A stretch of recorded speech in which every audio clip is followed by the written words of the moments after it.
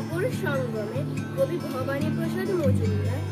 সাগর সাগর বিদ্যাসাগর, এই সাগরের শেষ।